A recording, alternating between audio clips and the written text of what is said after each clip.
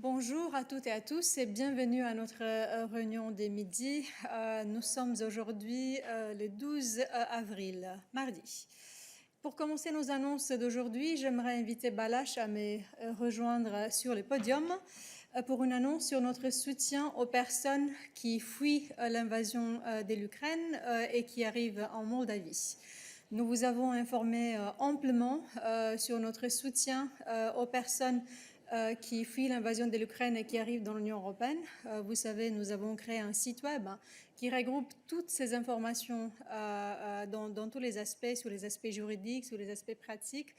Et maintenant, ponctuellement, nous allons aussi vous annoncer comment nous soutenons les personnes qui arrivent en Moldavie, et c'est le but justement de l'annonce de Balázs.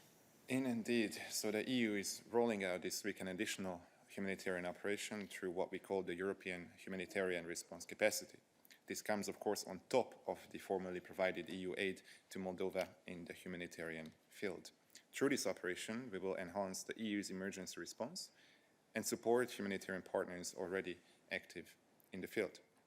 The operation consists of the installation of a hub in Chisinau for humanitarian partners and the delivery of over 1,200 EU-owned tents and 4,000 blankets for people displaced by the conflict. This delivery is reaching Moldova in the course of this week via 3 EU-operated humanitarian air bridge flights. You will find more information about the operation in our press release online. Thank you very much, Balázs. Et pour finir, je vous rappelle qu'aujourd'hui, un conseil affaires générales se tient à Luxembourg. Le vice-président Maroš Šefčovič y participe pour le compte de la Commission. Les discussions porteront notamment sur les dialogues annuels sur l'état des droits et sur la conférence sur l'avenir de l'Europe. Le vice-président Šefčovič participera aussi à la conférence de presse qui aura lieu suite à la réunion prévue vers 16 h. Bien évidemment, cette conférence de presse sera transmise sur Europe by Satellite, donc nous vous invitons à y participer. Et comme d'habitude, je vous invite à garder vos questions liées au sujet discuté par le Conseil Affaires Générales pour cette conférence de presse. Avec ceci, nous pouvons passer à vos questions. Est-ce que vous avez des questions pour nous aujourd'hui? Yes, go now.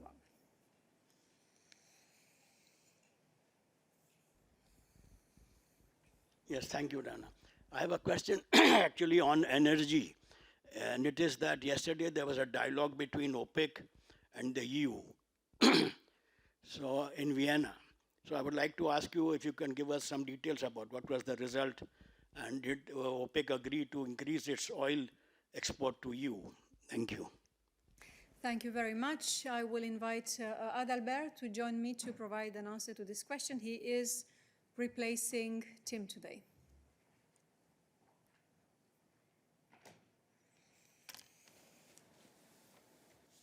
Hi, good morning. In fact, we just published a short readout of this meeting in our daily news, so I will perhaps refrain from repeating the whole readout, but just maybe to highlight that on the one hand, OPEC shared the short and the longer term outlook for oil markets, whereas on the Commission side we presented our plans to curb methane emissions, as well as, of course, the Repower EU initiative, which, as you know, aims to end the EU's dependency on Russian fossil fuels, but also boost our security of energy supply and accelerate the energy system's decarbonization. And of course, the Commissioner Simpson, who was at that meeting, reiterated the G7 call on oil and gas producing countries to act in a responsible manner and to examine their ability to increase deliveries to international markets, particularly when production is not meeting capacity, noting also that OPEC has a key role to play. And of course, this is something that is extremely important in the context of the Russian invasion of Ukraine. Thank you very much, Adalbert. Are there any additional questions for Adalbert on this subject? Yes, please go ahead.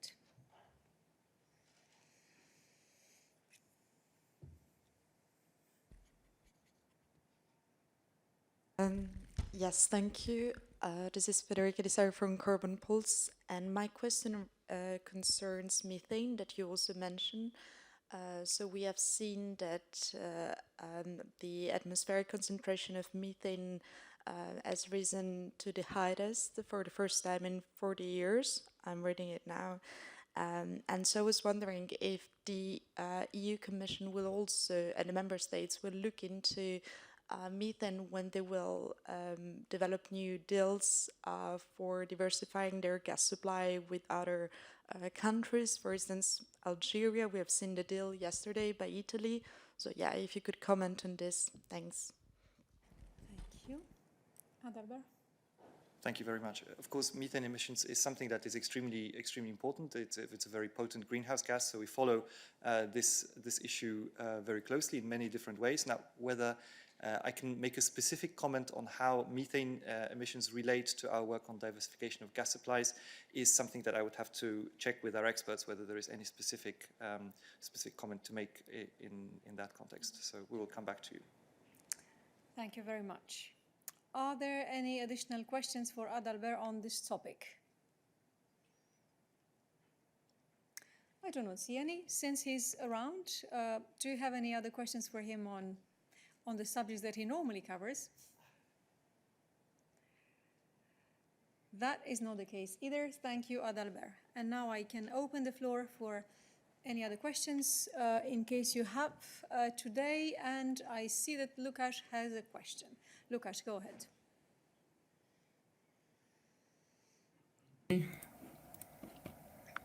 Yes, can you hear me? Yes, we can, LUKASZ. Yes, we can, LUKASZ. I would like to ask about the support for the refugees. So last week, EU Budget Commissioner Johannes Hahn in the European Parliament, in the Budget Committee of the European Parliament, said it's too early actually to allocate any specific EU financial support to EU countries hosting refugees. He added also that he did not think, however, that it would be possible to create an instrument within the current EU budget that would be, let's say, a sufficient response to the current war crisis. And but he also added that he's open to discussion about the new mechanism. So my question is, are you planning to allocate any new fund, create any new financial mechanism for member states hosting the most refugees? So I would like to remind that in Poland there's around 2.5 million people currently. Thank you. Thank you very much, LUKASZ, for the question. Financial support to refugees, because this is what your question refers to, as opposed to the legal framework, is a matter which is, of course, very much at the center of our work and preoccupations. There are several strands of work which have been completed and some others that will be launched in relation to that. In a first sort of strand, you will remember that we have flexibilized the use of certain structural funds in order to enable member states to use that funding from the structural funds to cover the short and the medium-term needs of refugees, from food and shelter to, of course, education and employment, for instance. And for that, I refer you to our proposals and to the packages adopted around CARE and REACT-EU. Also, liquidity is intended to be provided to the member states on a more rapid basis by front-loading pre-financing and by adapting the co-financing of that pre-financing under REACT-EU. All of that in order to make resources available for the member states to cover the needs of hosting refugees on their territory. In addition to that, there are, of course, reflections about how else to support member states hosting more refugees with the specific contributions. As you know, we have our Home Affairs funds, which can accommodate or are meant to provide a source of funding through emergency assistance or other type of tools for member states that need to cover rapidly the needs or the more immediate needs of refugees. And of course, you are aware that we have made announcements in relation to our intention to help member states on neighboring Ukraine and hosting more refugees, in particular Poland, which is hosting 2.5 million refugees at this point in time, with additional resources from the use of those specific Home Affairs funds. But I cannot add anything more in relation to what Commissioner Hahn said regarding reflections about future new instruments. I can also refer you to the fact that the European Council discussed the matter of support for Ukraine in broad terms, including the possibility or let's say the creation, the setting up of an instrument to channel solidarity through a trust fund regarding Ukraine. Lukasz, you have a follow-up question.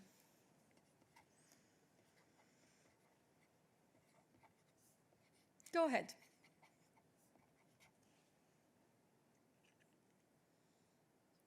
You mentioned many. Now, can you hear me? We can. Yeah, Go yeah. ahead. Yeah. I'd like to ask whether you are planning any concrete discussion about any new mechanism, because what you said are some shifts in the current European funds. For example, you mentioned React EU, but as far as I remember, the European Commission launched that financial program following the coronavirus pandemic as a comprehensive and ambitious recovery plan. So the idea of this money was to help the people, the citizens of the European Union, who are hit by the crisis, to fight with the unemployment, to build a stronger economy, and you are proposing to use that fund to help the refugees. So, I mean, is it fair? This is my question. Thank you very much for your question, Lukasz. The flexibilization of the conditions for use of React EU was aimed to allow member states, if they so wish, and if they have a need in relation to refugees, to also need that funding to cover those needs, short and medium-term needs of refugees. But it is, of course, up to the member states in the programming process for those funds to decide of the precise allocation of money, and if they decide to use it to cover the needs of refugees, or if they use it for other expenses, as you were mentioning, for instance, in relation to the post-pandemic recovery. So this is just a flexibilization of the use of the scope of actions for which REACT-EU money can be used. But again, you're familiar with the process of programming and the structural funds. That is still in the hands of the member states in terms of deciding what their priorities are or needs are at this stage. I'm not in a position to tell you anything about additional instruments for the future, but of course thinking is going on everywhere in the European Union about the need to provide shown for the short, long-term, and perhaps medium-term and perhaps even long-term needs of the refugees, of the 4 million refugees that we are hosting currently in the European Union. Plus, with no end of the conflict inside, we don't know what the future will bring. We don't know how long these refugees will stay in the European Union. What we know is that they are welcome, that Europeans have embraced them at a personal level, at society level. We have embraced them at legal by providing very rapidly for a safe, secure status for them, granting them protection very rapidly and enabling them to enjoy those protection rights across the European Union. And at financial level, a lot of thinking is going into how we can pull this together as a European Union. Are there any additional questions on this? Louise, you have your hand up. Go ahead.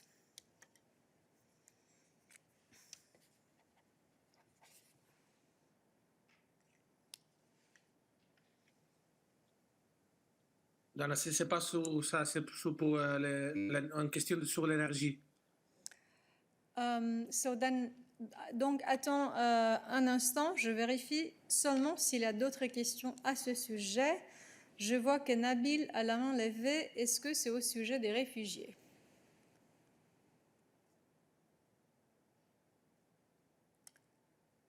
I can ask when you're done with this matter. All right, very good. So then I go back to Luis for fairness because he was first in line. And please ask your question about energy. Yeah. Merci, Dana. Je voudrais savoir si on a des nouvelles par rapport à la proposition de l'Espagne et Portugal d'avoir un prix limite de 30 € au prix du gaz. La Commission avait dit qu'elle analyserait cette procédure d'une manière urgente. Donc, en tant qu'il fera déjà 2 semaines que l'Espagne et le Portugal ont envoyé la proposition, est-ce qu'on peut avoir une idée de quand la Commission va donner une réponse? Merci.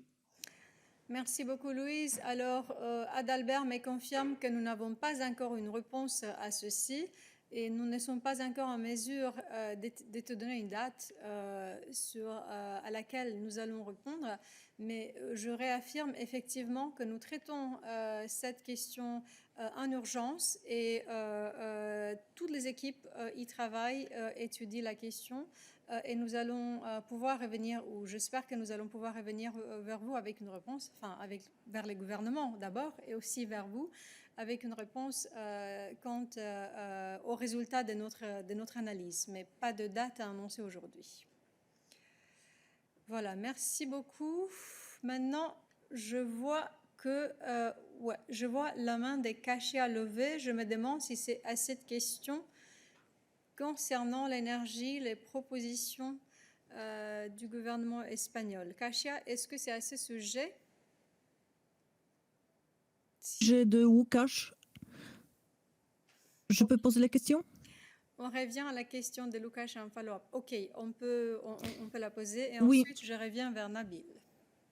Oui, je suis entrée online un peu plus tard, mais la présidente a déclaré à Varsovie 1 milliard d'euros en plus, comme elle a annoncé, comme il y avait cette conférence de donateurs, 1 milliard d'euros plus de la part de la Commission européenne. J'aimerais savoir d'où vient cet argent, de quel... oui. Merci beaucoup, KASIA. Donc, l'annonce qui était faite concernant notre participation à la conférence des donateurs couvre à la fois, ou bien d'une part, les nécessités de donner du soutien à l'Ukraine pour les personnes qui sont déplacées par les conflits à l'intérieur de l'Ukraine. Donc, grosso modo, de l'aide humanitaire qui couvrirait les besoins de ces personnes qui s'est déplacées. Donc, une partie de l'argent couvrirait ça. Et donc, les ressources budgétaires, si tu veux, concernent surtout l'aide humanitaire et les parties, si tu veux, extérieures de notre budget. Et une autre partie de ce milliard, qui couvre environ 400 millions d'euros, serait pour soutenir nos États membres qui ont un nombre important de réfugiés de l'Ukraine sur leur territoire, comme la Pologne, qui en a le plus, comme on a dit, environ 2,5 millions, mais également les autres pays de l'Union européenne qui voisinent l'Ukraine. Et donc cet argent-là proviendrait des fonds plus affaires intérieures, donc de notre budget Home Affairs, si tu me permets d'utiliser un mot en anglais. Donc voilà ce qui est l'origine de ce fonds. Est-ce qu'il y a d'autres questions là-dessus? Parce que je vois une seule main levée dans les systèmes et c'est la main de Nabil. Mais je sais qu'il a une autre question. Je ne vois pas d'autres mains, donc Nabil, vas-y. SAAB Al Arabi TV station. I would like to ask you about a story I'm reading on Reuters website about like senior EU officials were targeted with a spyware last year, and it seems that the Commission is investigating on this. What can you share with us about that, please? Thank you very much, Nabil. As always, we can share very little on such matters, but I still call upon Johannes to tell you what we can say. Thank you, Dana. Thank you. Thank you, Dana. Thank you, Nabil, for the question. I had the privilege to already say yesterday what we can say. Happy to do that again. I can say that we do not comment the story. and the issue as such because it pertains to our operational security. But I would like to refer to the fact that we take this matter as such, of course, seriously, that starting from the first revelation in the press, we have, of course, done in the Commission paying special attention, and we have then, of course, checks here. As I said, I cannot really comment further. We have specific procedures in place to ensure that our corporate devices remain malware free. I can also say that we have, of course, specialized services within the Commission who look into cybersecurity, forensic analysis, counterintelligence, and the purpose is, of course, to protect the information that we have and the devices that we have here in the Commission from all kind of threats. We have colleagues with significant expertise in the field, who come from the private sector or from the Commission, of course, also, and also from other bodies. So we ensure that we are well protected, and we take this very seriously. That is all I can say. Thank you. Merci beaucoup. Thank you, Johannes. Are there any additional questions on this subject for Johannes? Yes, Nabil has a follow-up question. So first, Nabil, go ahead. Can you give us some background maybe about previous incidents, not this one in particular? What did the Commission do with parties that were maybe involved in such incidents before? Whether it's countries or member states or private sector, maybe parties or etc. How did you react before on such incidents, and what may be the lessons learned from previous incidents related to cybersecurity? Thank you. Nabil, I'm afraid I really cannot go into this. As I said, this pertains to operational security, and I will certainly not be in a position to share any details of past experiences here in the press room. Thank you for understanding. Thank you very much, Johannes. Are there any additional questions on this matter? Christian, ta main est levée. Est-ce que tu as une question à ce sujet? Oui, je ne lève pas la main comme ça pour le plaisir. Moi, je suis assez surpris parce que ce n'est pas la première fois que la Commission est confrontée à ce genre de problème. Ce n'est pas toujours des pays inamicaux qui tentent de percer les communications de la Commission européenne. Et à chaque fois, on nous a assuré que tout avait été fait, qu'il n'y avait aucun risque, que les communications étaient sécurisées. Et 2 ans après, poum, on se retrouve avec une commission nouvelle qui nous annonce qu'effectivement on enquête, que c'est des questions opérationnelles, on se cache derrière tout ça. Et finalement, j'en suis amené à me douter de la réalité des mesures que vous avez prises pour protéger vos communications. À l'époque, Juncker s'en était sorti avec une pirouette en sortant son vieux Nokia en disant « mon machin est tellement vieux que personne n'arrivera à le percer ». C'était à l'époque où les Américains avaient attaqué les communications de la chancelière et de beaucoup d'autres endroits. Donc là, vous nous répondez en disant « non, on ne peut pas vous dire, question opérationnelle, on enquête, etc. » Mais qu'est-ce que vous avez fait? Qu'est-ce qui a été fait? Normalement, le Berlaymont devrait être hyper protégé, ça devrait être comme la Maison Blanche. Et vous avez l'air de tomber des nues et de vous échapper en nous racontant, je ne sais pas moi, des trucs qui sont absolument incrédibles. Et donc je suis très très perplexe et j'aimerais un petit peu plus de détails sur ce que vous avez fait. Je sais qu'on peut se protéger derrière la sécurité opérationnelle, mais moi ça ne me satisfait pas. Merci. Merci beaucoup pour tes questions, Christian. En fait, tu as 2 questions. Parce que soyons très clairs, sur une enquête en cours, sur une attaque cyber ou sur une infiltration des téléphones, nous n'avons tout naturellement, je dirais, pas pouvoir vous donner des détails sur qu'est-ce qu'on fait exactement, à quel stade on est, qui on vise, avec qui on est en contact, etc. Tu comprends naturellement que ça nuirait à la conduite de l'enquête qui est en cours. Donc, sur cette chose-là, je pense que la situation est claire. Nous ne sommes pas en position de dire plus parce que c'est la nature d'une enquête. Deuxième question, tout à fait légitime de ta part, Christian, et qu'est-ce que nous avons fait au cours des années? tu t'es référé donc à la commission précédente quand il y a eu des incidents de cette nature qui affectaient pas que la commission, ou pas la commission, mais des politiciens et des gouvernements ailleurs en Europe. Donc, question légitime, très pertinente. Qu'est-ce que nous avons fait pour renforcer nos capacités de cybersécurité lors des dernières années? Donc là, je donne avec plaisir la parole à Johannes pour donner plus de détails. Merci Dana.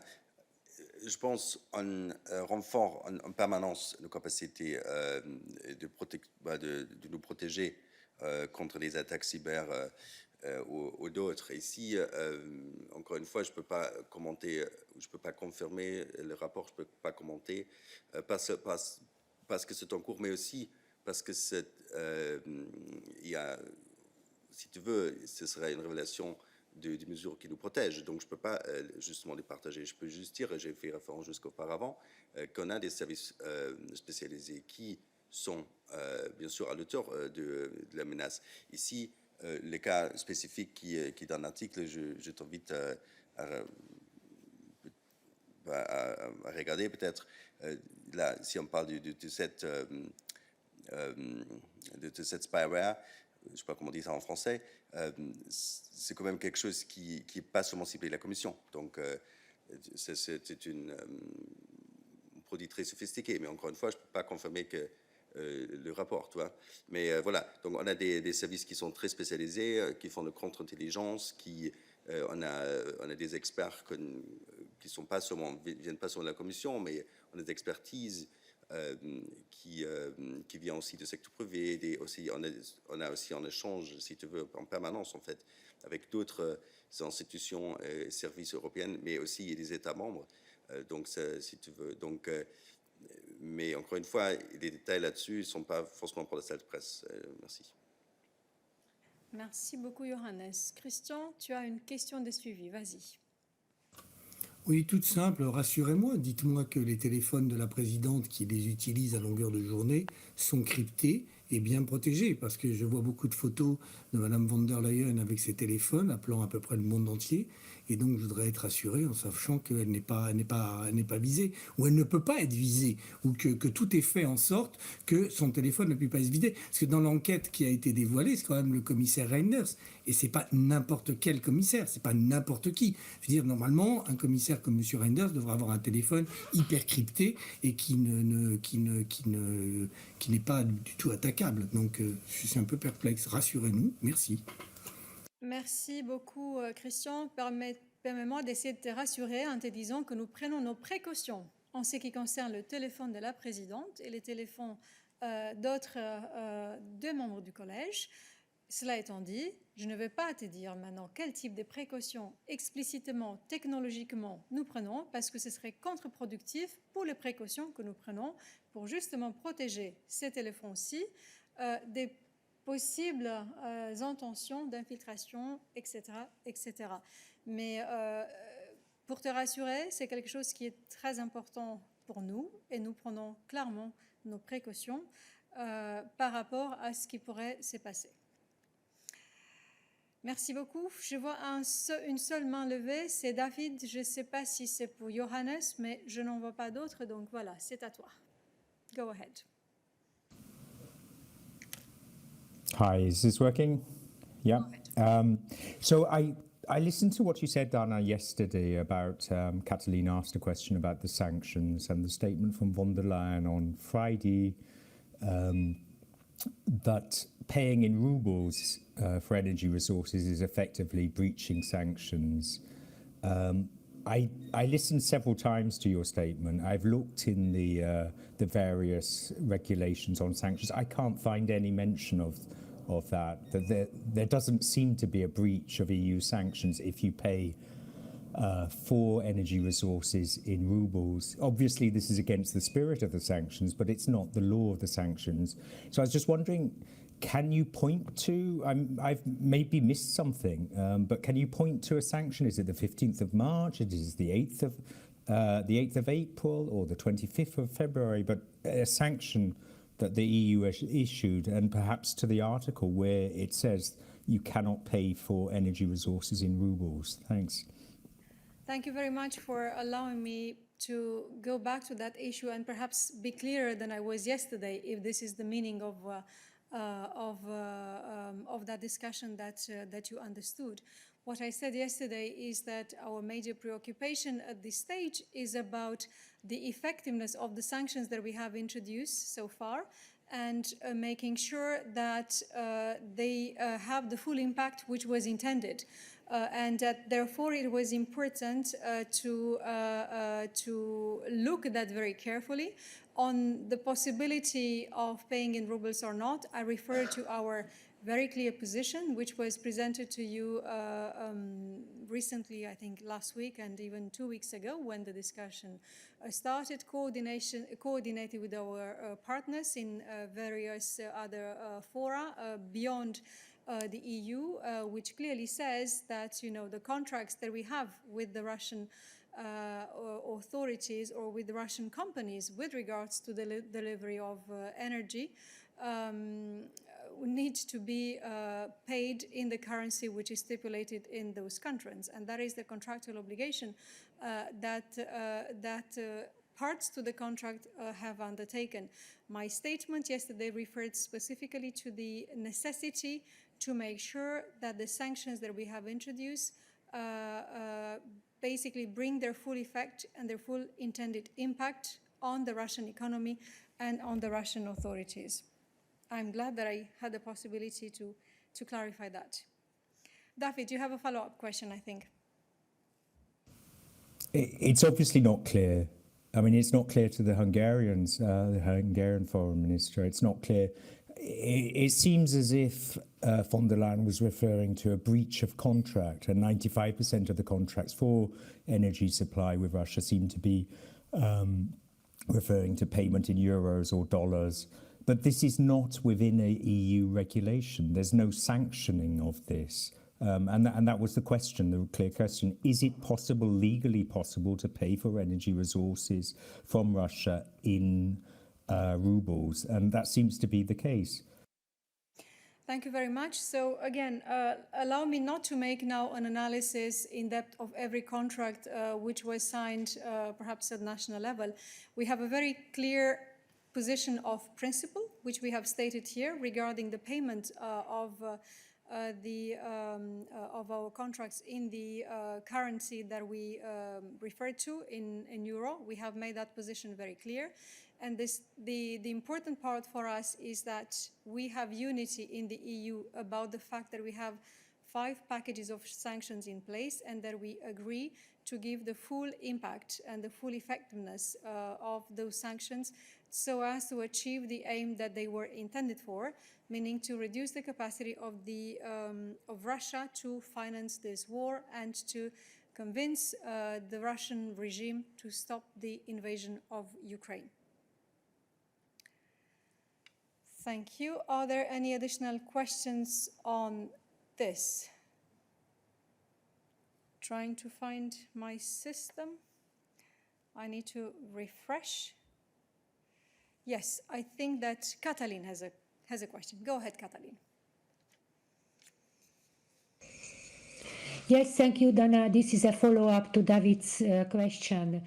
I try to be a little bit more precise.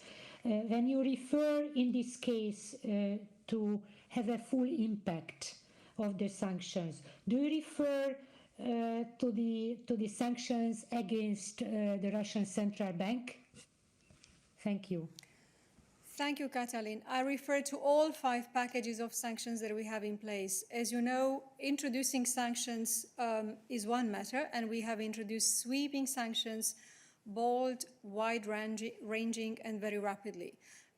So this is, of course, very important. We had unity in the EU about the introduction of those sanctions, and we also agree among ourselves that in addition to having the sanctions on paper, it's very important to make sure that they bring the full effectiveness that was intended for them. So this is why we are watching very closely, and we will watch very closely that they do bring those impacts which they were intended for. Whether it refers to the central bank or whether it refers to all other elements of packages, if it's about SWIFT, if it's about coal, if it's about technologies, everything. We just need to focus now very carefully on the implementation of those sanctions and make sure that all the elements are in place to bring the full effect of those sanctions on Russia.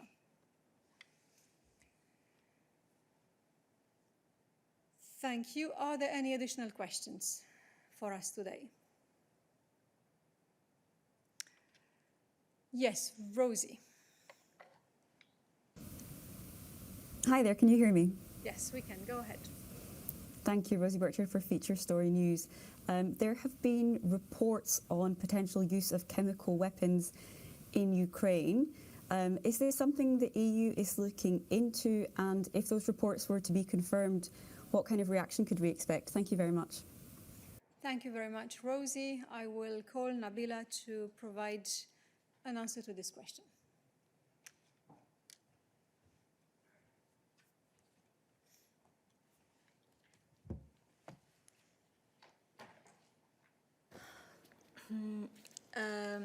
Hello, Rosie, and thanks for your question. We have seen the press report about the alleged use of the chemical substances by the Russian armed forces in Mariupol after the Ukrainian soldiers presented signs of chemical poisoning. We are, of course, following the situation closely. As you know, the use of chemical weapons, including the use of toxic chemicals as weapons under any circumstances, is a breach of chemical weapons conventions to which Russia is a state party. It is also a war crime, and it represents a grave violation of international humanitarian law, which exacerbates the suffering of the civilian population. It is completely unacceptable, and it constitutes a security threat to us all. Those responsible for the use of chemicals as weapons will be held accountable. Unfortunately, this is not the first time that the world is alerted about the illegal use of chemical weapons by the Russian security organs. Thank you very much, Nabila. Are there any additional questions on this matter? Any additional questions for Nabila? Yes, go ahead.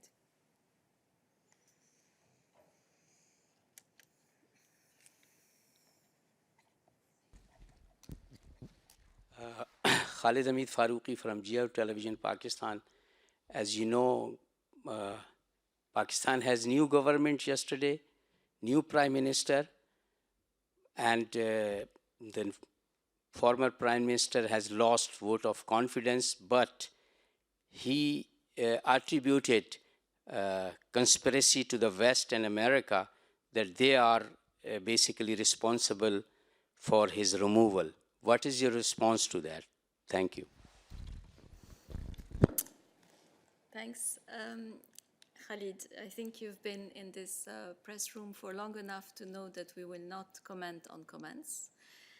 But what I can say at this point is that the EU has been following the developments over the past days very closely, including the election of Shehbaz Sharif as the new Prime Minister by the National Assembly on April 11th, following the no confidence vote of Imran Khan held on Saturday, the 9th of April.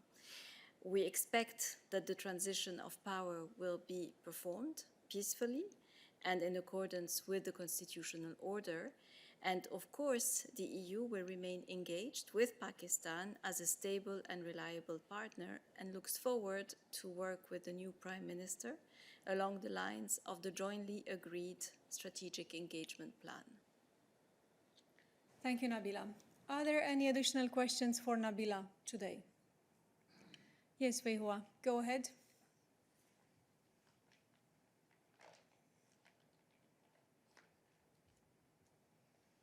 The chemical weapons. Actually, you know, the reports show that the Ukrainian deputy defense minister,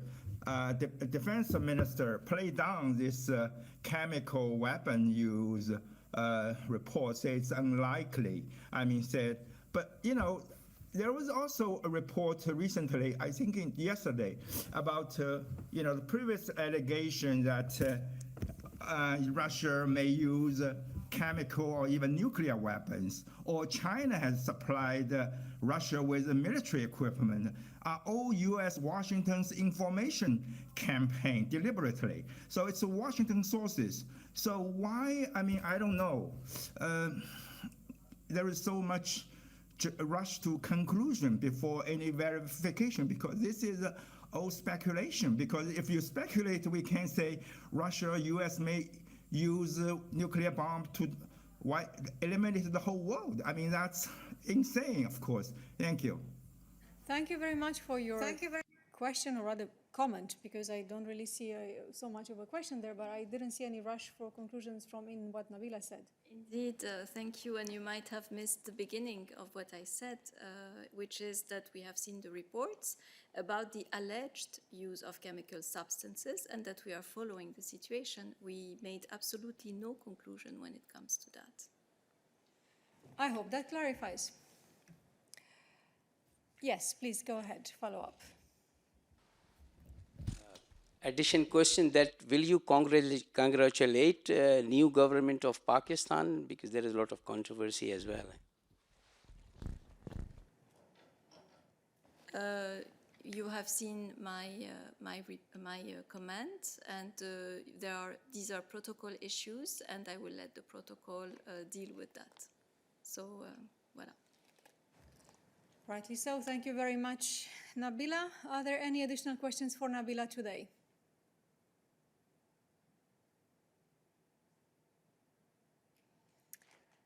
I don't see any, so thank you very much. Have a good afternoon, and we see each other tomorrow.